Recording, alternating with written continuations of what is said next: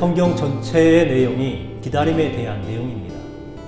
구약 성경의 내용은 오실 예수님에 대해서 예언한 그 기다림에 대한 내용이고, 신약 성경은 또 다시 오실 예수님을 기다리는 그러한 내용으로 되어 있습니다. 곧 성경은 기다림의 책이요, 성경에서 우리에게 요구하는 신앙은 기다림의 신앙인 것입니다. 그래서 요한계시록 22장 20절 말씀에 아멘 주 예수여 오시옵소서, 간절히 기다리는 신앙, 이 신앙이 곧 마라나타 신앙인 것이죠. 이 말을 오해해서 어떤 분들은 시한부 종말론을 주장을 합니다.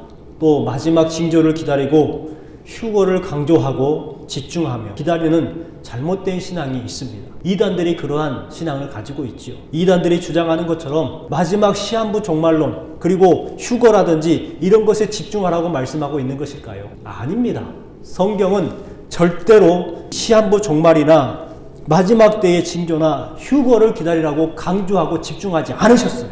베드로 사도께서 마지막 때에 대해서 이야기를 하면서 이와 같이 우리에게 말씀하고 계십니다. 마지막 때가 가까웠으니 뭐 하라고요? 기도하라는 거예요. 기도하라. 또한 뜨겁게 서로 사랑하라 이렇게 말씀하고 있고, 또 9절 말씀에 보면 서로 대접하기를 원망 없이 하라 이렇게 말씀하고 있어요. 섬기라는 것이죠. 또 네 번째로 부탁하고 있는 것이 뭐냐면 서로 봉사하라 이와 같이 말씀하고 있는 거예요. 이단에서 주장하는 것처럼 마지막 때를 기다리면서 막 경고망동하고 어떻게 할까 조급해하는 그런 심정을 내려놓고 기도하라는 거예요.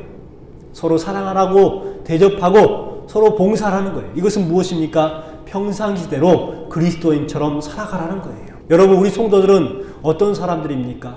내일의 예수님의 재림을 기다리지만 오늘을 열심히 사는 사람들이 우리 그리스도인 아닙니까? 내일 그리스도가 오신다고 해서 오늘을 그냥 경고망동하게 살아가는 것이 아니라 오늘을 최선을 다해서 살아가는 거예요.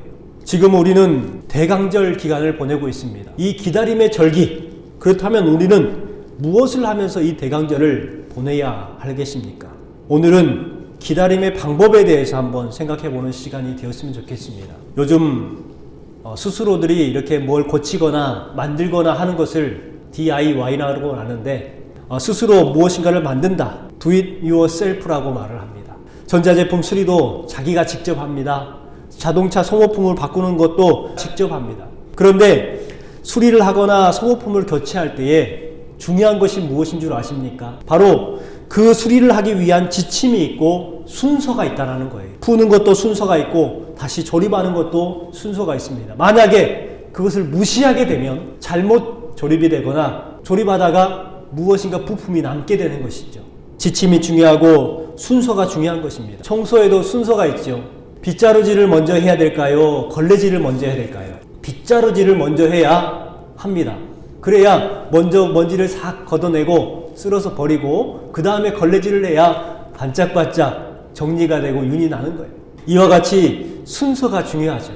신앙생활도 마찬가지입니다. 신앙생활도 사역을 하거나 목회를 하거나 봉사하는 데 있어서 순서가 있고 중요한 것이 있어요. 물론 주님의 일을 하는 데에 무엇이 중요하다? 모두가 다 중요하죠. 순위를 매기는 것은 아니지만, 그러나 교회의 많은 일들을 이루어 나가기 위해서 중요시 여겨야 되고 먼저 해야 될 것이 있다는 거예요. 교회에서 가장 우선시 돼야 되고 먼저 해야 될 것이 무엇일까요? 바로 예배입니다. 예배보다 봉사를 먼저 한다거나 사역을 먼저 한다거나 목회를 먼저 한다? 그러면 여러분, 처음에는 별로 이상이 없는 것처럼 보이지만 나중에는요, 우리 영적으로 힘이 드는 거예요. 결국은 모든 것이 다 흐트러지게 됩니다. 가장 중요한 것이 무엇이냐? 바로 예배를 중요시 해야 되는 거예요. 여러분, 예루살렘 교회에 처음 교회가 세워지게 되었습니다. 그러니까 은혜를 경험한 사람들이 주님의 전에 나와서 자기의 그 물건들을 팔아가지고 구제한다고 그것을 가져왔습니다. 사도들이 그것을 받아서 그들의 목적대로 구제하는 사역을 했어요. 그런데요, 거기에서 문제가 생기기 시작했어요. 어떤 문제가 생기냐면, 구제하는 일을 하다 보니까 여러 가지 어려운 일이 생겼는데 첫 번째가 뭐냐면 영적으로 문제가 생겼습니다. 그들이 기도할 시간이 없는 거예요. 말씀 볼 시간이 없는 겁니다. 그러니 영적으로 지치게 되죠. 또 두 번째 벌어지는 일이 뭐냐면 구제하는데 불공평의 문제가 생기는 거예요. 이 사도들은 복지의 전문가들이 아니죠. 편차가 생깁니다. 그러니까는요, 많이 받는 사람은 불평은 없는데 적게 받은 사람들이 불평하기 시작하는 거예요. 사도들이 어떻게 그럴 수가 있어 하면서 오히려 사도들을 손가락질하기 시작합니다. 문제가 생긴 거예요. 어찌 보면 리더십에 큰 문제가 생긴 거죠. 또 세 번째는 본질적인 목회를 못하게 되고 있었다는 거예요. 목회를 못하고 있었어요. 지금 초대교회 그 문제가 바로 여기에 있잖아요. 우선순위의 문제였어요. 사도들의 본질적 사명을 회복하고 우선순위를 회복하기 위해서 그들이 지혜를 모읍니다. 그래서 이렇게 말을 하죠. 사도행전 6장 3절부터 4절 말씀에 형제들아 너희 가운데 성령과 지혜가 충만하여 칭찬받는 사람 7을 택하라. 우리가 이 일을 그들에게 맡기고 우리는 오로지 기도하는 일과 말씀 사역에 힘쓰리라. 여러분, 사도들이 깨달은 거예요. 아, 이러면 안 되겠다. 우리가 그 우선순위를 바로 정하자. 우리가 할 일이 아니고 이것은 다른 사람들을 세워서 하자. 우리는 기도하는 것 그리고 말씀을 사역하는 것 이것에 집중하자. 우선순위를 바로 찾습니다. 그리고 7 집사를 택하여서 그들에게 모든 사역들을 맡깁니다. 그랬더니 말썽이 없는 거예요. 일이 잘 되는 거예요. 자신들이 하나님 앞에 기도하는 일을 충실히 할 수 있었고 말씀 사역하는 것에 전념할 수가 있었습니다. 그랬더니 불평 불만했던 성도들의 모든 그 불만들이 잠잠해지는 거예요. 은혜가 가득해지는 거예요. 부흥하기 시작하는 거예요. 여러분, 먼저 우선순위해야 될 것, 먼저 집중해야 될 것이 중요한 거예요. 여러분, 우리 교회는 예배하는 것, 기도하는 것, 주님을 찬양하는 것, 이것이 가장 우선순위에 있어야 된다고 여러분 기억하시고 예배하는 일에 집중하시기 바랍니다. 파레토가 주장했던 법칙이 있습니다. 2080 법칙입니다. 20% 중요한 문제를 해결하면 80%의 문제들은 자연스럽게 해결된다는 거예요. 우리는 문제를 해결하려고 100%를 다 해결하려고 합니다. 그런데 그 중에 먼저 해결해야 될 것, 중요한 것을 먼저 해결하면 나머지 80%는 자연스럽게 따라서 해결이 되고 풀린다는 거예요. 이와 같은 법칙이 있습니다. 오늘 본문에 사도 바울께서요, 디모데에게 그와 같은 말씀을 해주는 거예요. 디모데야, 목회하는 것이 참 힘들지. 그렇다면 목회하면서 20% 중요한 일을 감당해라. 그러면 80%의 목회는 다 해결될 거야. 이렇게 말씀해주고 있는 거예요. 그렇다면 바울 사도께서 디모데에게 말씀하시는 중요하다고 하는 그 20%는 과연 무엇일까요? 우선시해야 될 것이고 중요시 여겨야 될 것, 그 20%가 과연 무엇일까요? 여러분, 오늘은 이 말씀에 대해서 여러분과 함께 나누려고 합니다. 여러분, 신앙생활의 가장 중요한 우선순위가 바로 1절 말씀에 기록하고 있어요. 1절 말씀을 같이 한번 읽어보겠습니다. 그러므로 내가 첫째로 권하노니 모든 사람을 위하여 간구와 기도와 도구와 감사를 하되. 아멘. 여러분, 이 말씀을 제가 간략하게 말씀을 드리면 사도 바울께서 디모데에게 이렇게 말하고 있는 것입니다. 디모데야, 너는 먼저 기도하는 목회자가 되어라. 기도하는 목회자가 되어라. 이렇게 말씀하고 있는 거예요. 가장 첫 번째 우선순위 중요한 거 뭐냐? 목회의 가장 핵심적인 거 뭐냐? 기도하는 목회자가 되라는 거예요. 기도하는 목회자. 이 말을 우리에게 주시는 말씀으로 바꿨으면 좋겠습니다. 여러분, 성도로서 가장 우선시 돼야 될 것이 뭐냐? 바로 기도하는 성도들이 돼야 된다는 거예요. 여기에 모이신 모든 분들이 기도하는 성도가 되시기를 주님의 이름으로 축원합니다. 왜 이렇게 기도에 대해서 강조를 하고 있는 것일까요? 디모데가 기도의 중요성을 몰랐을까요? 아닙니다. 디모데는 잘 알고 있었어요. 어렸을 때부터 신앙교육을 그렇게 받았습니다. 그렇기 때문에 늘 기도하는 삶을 살고 있었을 거예요. 그런데요, 디모데가 목회자가 되면서 바쁘기 시작합니다. 그러다 보면 여러분, 중요하다는 걸 알면서도 놓치게 되는 것이 있죠. 바로 그것이 기도예요. 중요한 것을 알면서도 바쁘다는 핑계로 기도하지 못하는 경우가 많이 있다는 거예요. 그래서 사도 바울께서는 디모데에게 잊어버리지 말라라고 지금 말씀하고 있는 것입니다. 우리에게도 동일하게 말씀하고 있는 것이죠. 그것을 잊어버리지 말라는 거예요. 기도하지 않고 뭔가를 하고 수고하다 보면은 그 일의 초점이 점점 하나님에서 나로 맞춰지는 경우를 많이 볼 수가 있습니다. 내 힘과 내 지식과 내가 원하는 것, 때로는 내 욕심을 앞세울 때가 있어요. 그렇게 교회에서도 일을 하게 되고 사회에서도 일을 합니다. 그러다 보면 생기는 것들이 있어요.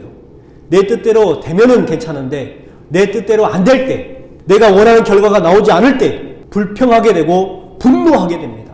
내가 하나님의 일을 하는데 왜 하나님께서 안 되게 하시냐고, 내가 하나님의 일을 한다고 하는데 왜 당신들을 나를 안 따라와 주냐고 불평하게 되고 분노하게 돼요. 자신한테 문제가 있는데 기도가 빠져버리니까 그때부터 내가 중심이 되고 내가 나를 따르라가 되는 거예요. 시작은 좋게 출발했는데 여러분 결과는 정반대의 결과가 나옵니다. 거기에 문제가 생기고 다툼이 생기고 분쟁이 생깁니다. 기도하지 않기 때문에 그래요. 여러분 기도가 빠지면은 안 되는 거예요. 기도가 꼭 필요한 것입니다. 그래서 바울 사도께서는 첫 번째로 권하는데 기도하라는 거예요. 그 기도의 4가지를 이야기를 합니다. 어떤 것을 말을 하냐면 첫 번째가 간구, 그리고 기도, 그리고 도고, 그리고 감사에 대해서 이야기를 합니다. 이와 같은 기도를 하라고 말씀해요. 이 4가지 기도를 쉽게 말씀을 드리면 특별기도, 일상기도, 도고기도, 그리고 감사기도라고 할 수가 있죠. 이것은요 각각 복수로 쓰입니다. 단수로 쓰이지 않아요. 우리의 일상생활 가운데에 늘 기도하라는 거예요. 특별한 일이 있을 때 특별기도하고, 일상이 있을 때 일상기도하고, 중보할 때 도고의 기도를 하고, 또 감사한 일이 있으면 감사기도를 하는 거예요. 언제든지 기도하라는 거예요. 무슨 일이 있어든지 기도하라는 거예요. 그러면은요 우리는요 기도하면서 은혜의 삶을 살 수가 있어요. 감사가 풍성해집니다. 그렇다면 누구를 위해서 기도해야 될까요? 기도의 대상이 있습니다. 오늘 주신 말씀의 1절에 보면 모든 사람을 위하여, 두 번째 임금들과 높은 지위에 있는 모든 사람을 위하여, 4절에도 하나님은 모든 사람이, 6절에도 그가 모든 사람을 위하여, 계속해서 기도의 대상에 대해서 이야기하는데 그 대상이 누구입니까? 모든 사람이라는 거예요. 모든 사람. 우리는 기도의 지경을 좁게 생각합니다. 내 일상과 내 삶에 대한 것들, 그리고 내 가족들과 자녀들, 좀 더 나아가면 내 친척과 부모님들, 좀 더 나아가면 직장 동료들, 여기까지의 지경밖에 생각하지 못합니다. 그런데 우리 주님께서 말씀하시는 그 말씀 가운데 핵심이 뭐냐면 기도하되 모든 사람을 위해서 기도하라는 거예요. 왜 사도 바울께서는 디모데에게 모든 사람을 위하여 기도하라고 하고 있는 것일까요? 그것이 중요하기 때문에 그러겠죠. 여러분 첫 번째가 모든 사람을 위해서 기도하라는 이유는요, 경건과 신앙생활의 평안을 위해서라고 말씀합니다. 경건과 신앙생활의 평안을 위해서. 이걸 다시 말하면 우리의 삶의 평안을 위해서라고 말하는 거예요. 2절 말씀에 보면 임금들과 높은 지위에 있는 모든 사람을 위하여 하라. 이는 우리가 모든 경건과 단정함으로 고요하고 평안한 생활을 하려 함이라. 이렇게 말씀하고 있습니다. 이 말씀이 바울 사도께서 디모데에게 하는 말이에요. 우리는 이것을 당시 신앙적인 관점, 당시 시대적 관점으로 한번 보면 매우 어려운 기도라는 것을 알 수가 있습니다. 이 기도는요 모든 사람을 위해서 하는데 심지어 폭정을 일삼고 기독교인들을 극심한 박해하고 있는 임금들과 높은 지위에 있는 사람들을 위해서 기도하라는 거예요. 한마디로 말하면 원수죠, 원수. 나를 박해하고 나를 힘들게 하고 나를 죽이려고 하는 그 사람들을 위해서 기도하라는 것. 원수를 위해서 기도하라는 거예요. 이것은 매우 힘듭니다. 하지만 여러분 사도 바울께서는 디모데에게 그와 같이 말하고 있는 거예요. 네가 기도할 수 없는 그 임금들과 높은 지위에 있는 사람들까지도 기도하라. 모든 사람을 위해서 기도하라고 말씀하고 있는 것이죠. 여러분 지금 이 시대가 갈수록 악해져 가고 있죠. 또 성경 말씀에서 말씀하시는 진리를 외면하고 점점 멀어지고 있습니다. 이러한 가운데에 나라를 다스리는 위정자들을 보면은 참 실망스럽죠. 어떻게 보면 좋은 것도 있지만 다른 면을 보면 또 실망스러운 면들이 참 많이 있어요. 왜 저렇게 해야 되나 그런 생각이 들 때도 있습니다.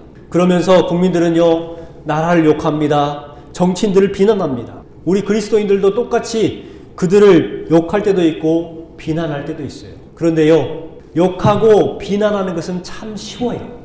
그렇지만 기도해 주기는 참 어렵습니다. 우리 그리스도인들은 쉬운 일을 해서는 안 돼요. 비록 힘들지만 어렵지만 아무나 할 수 없는 기도를 하는 사람들이 바로 우리 성도들이잖아요. 아무나 할 수 없는 것이 바로 기도를 하는 거예요. 여러분, 우리가 성도들이기 때문에 그들을 위해서 욕하고 비방하고 손가락질하는 것이 아니라 그들을 위해서 기도할 수 있는 사람들이 되어야 한다는 것을 지금 말씀하고 있는 것입니다. 여러분, 이것은요, 누가 할 수 있는 것이 아니에요. 우리들만 할 수 있는 거예요. 저와 여러분이 해야 할 기도인 것입니다. 여러분, 어떤 조직이든 위를 잘 섬겨야 심적으로 평안하죠. 나라와 국민이 연결되어 있습니다. 나라가 잘 돼야 국민이 잘 되는 것이죠. 뿐만 아니라 교회도 세상 속의 교회입니다. 세상 밖의 교회가 아닌 영향을 받게 되어 있단 말이에요. 회사도 경영진이 든든해야 좋습니다.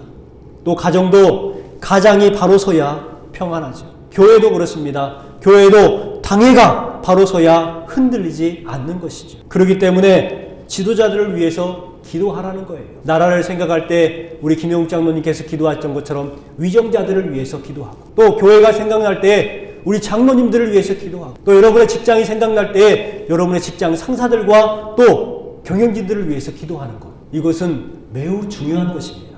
여러분, 권세자들을 위해서 기도할 때에 그 권세자들의 사리사욕을 채워달라고 기도하는 것이 결코 아니에요.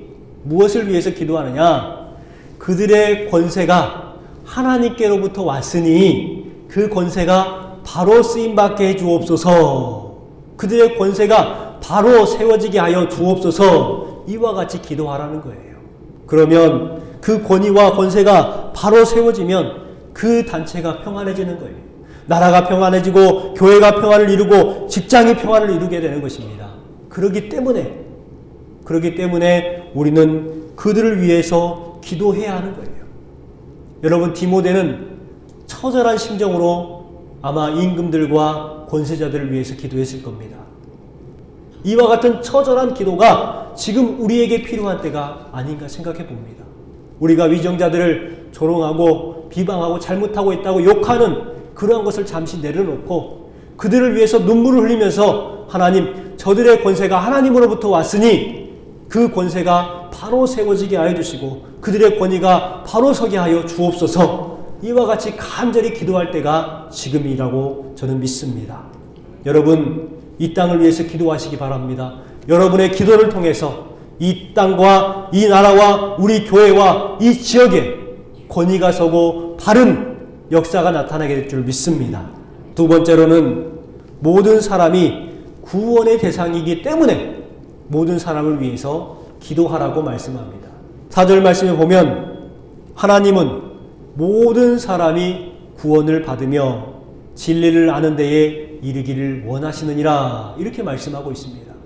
구원은요, 모든 사람들에게 해당되는 거예요. 디모데가 목회하고 있었던 에베소 교회는 참 문제가 많은 교회였습니다. 오늘 일부 예배 때 일본에서 오신 어떤 가정이 있어서 잠시 목양실에서 대화를 했었습니다. 근데 거기에서 일본에서 섬기는 교회도 3,000명이 되는 교회였대요. 그런데 어떤 문제가 있어가지고 지금은 딱 반, 1,500명 정도 되는 교회로 이렇게 쪼개졌다고 하는데 참 마음이 아프더라고요. 요즘은 우리나라도 그러지만 세계에 있는 전체 나라에 있는 교회들이 다 아픔을 경험하고 있는 때가 아닌가 생각을 해봅니다. 그런데요, 그 아픔은 디모데가 목회하고 있었던 초대 교회, 에베소 교회에도 그와 같은 문제가 있었고 아픔이 있었다는 것을 알 수가 있어요. 요한계시록에 보면 그 에베소 교회에 있었던 아픔이 뭐였냐면 첫 번째가 첫사랑을 버렸다라는 것입니다. 첫사랑을 버렸다. 그 에베소 교회 안에 니골라 당이 속하 있는 사람들이 있었어요. 니골라. 그와 같은 사람들이 에베소 교회에 그렇게 자라게 되었습니다. 에베소 교회에서는 그들을 과감하게 내어 쫓은 거예요. 잘못된 것을 과감하게 책망을 합니다. 정죄를 합니다. 그러다 보니 뭐가 식어버리냐면 사랑이 식어버리는 거예요. 서로 의심의 눈초리로 보는 거예요. 혹시 저 사람이 뭐 이런 눈초리를 막 하는 것이죠. 사랑이 식어버렸습니다. 또 잘못된 그러한 생각을 하고 있는 사람들을 정죄하고 다툼이 생기기 시작합니다. 그러다 보니 사랑의 공동체가 되지 못하는 거예요. 서로 다툽니다. 사랑이 식어버리는 교회가 되었고 서로 다투는 교회가 되었고 서로 정죄하는 교회가 되어버리고 말았어요. 이 문제를 해결할 수 있는 방법이 무엇일까요? 바로 사도 바울께서 디모데에게 말씀하고 있는 기도인 것입니다. 모든 사람을 위해서 기도하는 것. 여러분의 기도의 지경을 더 넓히시기 바랍니다. 여러분의 기도가 루오봇의 기도가 되시기 바랍니다. 루오봇의 기도를 하면 넓게 하는 번성의 축복을 우리에게 주시는 거예요. 여러분, 모든 사람은 구원의 대상입니다.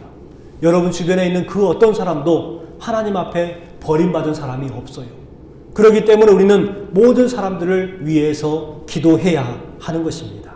마지막으로 세 번째는요, 예수님께서는 모든 사람들의 중보자이시기 때문에 그렇습니다. 모든 사람의 중보자. 5절 말씀에 보면 하나님은 한 분이시요 또 하나님과 사람 사이의 중보자도 한 분이시니 곧 사람이신 그리스도 예수라, 이렇게 말씀하고 있습니다. 예수님께서는 우리의 중보자이시지요. 예수님께서 겟세마네 동산에서 땀을 흘리면서 기도했습니다. 그 땀 가운데에 피가 섞여 나오기 시작합니다. 그것은 간절한 기도입니다. 그 기도를 통해서 하나님 앞에 중보하셨습니다. 자신을 위한 기도가 아니라 바로 하나님의 뜻을 구하는 기도요, 우리를 위해서 중보하신 기도를 그렇게 피를 흘리면서 그렇게 기도했습니다. 우리도 예수님처럼 그렇게 기도하는 삶을 살아가야 하는 것입니다. 우리는 예수님과 같이 중보자가 될 수 없지만 도구 기도를 하는 삶을 살아가야 되는 것이죠. 다른 이웃들을 위해서, 다른 사람들을 위해서 기도하는 거예요. 지금은 우리가 기도의 손을 내려놓고 있을 때가 아닌 거예요. 기도의 손을 들고 있어야 될 때라는 것을 말씀해주고 있는 것입니다. 사도 바울께서 오늘 주신 마지막 말씀에 디모데에게 권면하는 말씀이 기록되어 있습니다. 우리 8절 말씀입니다. 8절 말씀을 같이 한번 읽어보겠습니다. 그러므로 각 처에서 남자들이 분노와 다툼이 없이 거룩한 손을 들어 기도하기를 원하노라. 아멘. 각 처에서 남자들이 분노와 다툼이 없이 거룩한 손을 들어 기도하기를 원하노라, 이렇게 말씀하고 있는 거예요. 우리의 가장 우선순위, 우리가 지금 현재 들어야 될 것은 분노하는 것, 다툼을 위해서 손을 드는 것이 아니라 거룩한 손을 들고 하나님 앞에 기도하는 손을 올려야 하는 것입니다. 언제부턴가 기도가 뒤로 밀려져 나 있어요. 어떤 분들은 그렇게 합니다. 하다 안 되니까 이제 기도나 한번 해보세요, 이렇게 말하고 있어요. 여러분, 그것은 엄청난 실수예요. 제일 먼저 기도했어야죠. 기도가 언제 해야 되느냐? 기도를 제일 높이 드려야 되고, 여러분 기도를 제일 먼저 해야 되는 거예요. 아예 안 되니까 기도나 한번 해보세요. 이것은 잘못된 신앙 아닌 거예요. 여러분, 그러한 신앙이 있다면 빨리 버리시기 바랍니다. 안 되니까 그때서 기도해보자. 여러분, 그것은 안 될 수밖에 없는 인생이 되는 거예요. 되는 인생은 어떤 인생입니까? 먼저 기도하는 인생이 되는 거예요. 먼저 일하기 전에 하나님 앞에 기도하며 나아가는 사람들이 되는 인생이요, 복된 인생이 되는 줄 믿습니다. 기도하는 손이라는 그림이 있습니다. 이 기도하는 손을 그렸던 뒤로나는 사람이 친구의 모습을 보고 그렸죠. 그 친구의 손이 너무나도 험하게 되어 있었어요. 그리고 그 그림을 그리고 나서 이렇게 말했습니다. 기도하는 손이 가장 깨끗한 손이요, 가장 위대한 손이다. 기도하는 자리가 가장 큰 자리요, 가장 높은 자리다. 이렇게 이야기를 했습니다. 기도하는 손이 가장 깨끗한 손이요, 가장 위대합니다. 기도하는 자리가 가장 큰 자리요, 가장 높은 자리인 것입니다. 우리의 기도의 지경을 넓히면 사랑의 지경이 넓어지게 됩니다. 감사의 지경이 넓어지고 말씀의 지경이 넓어지는 거예요. 축복과 또 비즈니스의 지경이 넓어지는 거예요. 여러분의 기도가 넓은 누워봇의 기도가 되시기 바랍니다. 그럼을 통해서 여러분이 정말 이 세상 가운데에 평화의 도구로 쓰임받는 여러분 되시길 바랍니다. 그 사명을 감당함을 통해서 여러분의 삶이 평안해지고, 여러분의 가정이 물된 동산 같고, 여러분이 거하는 모든 나라와 모든 지역이 복된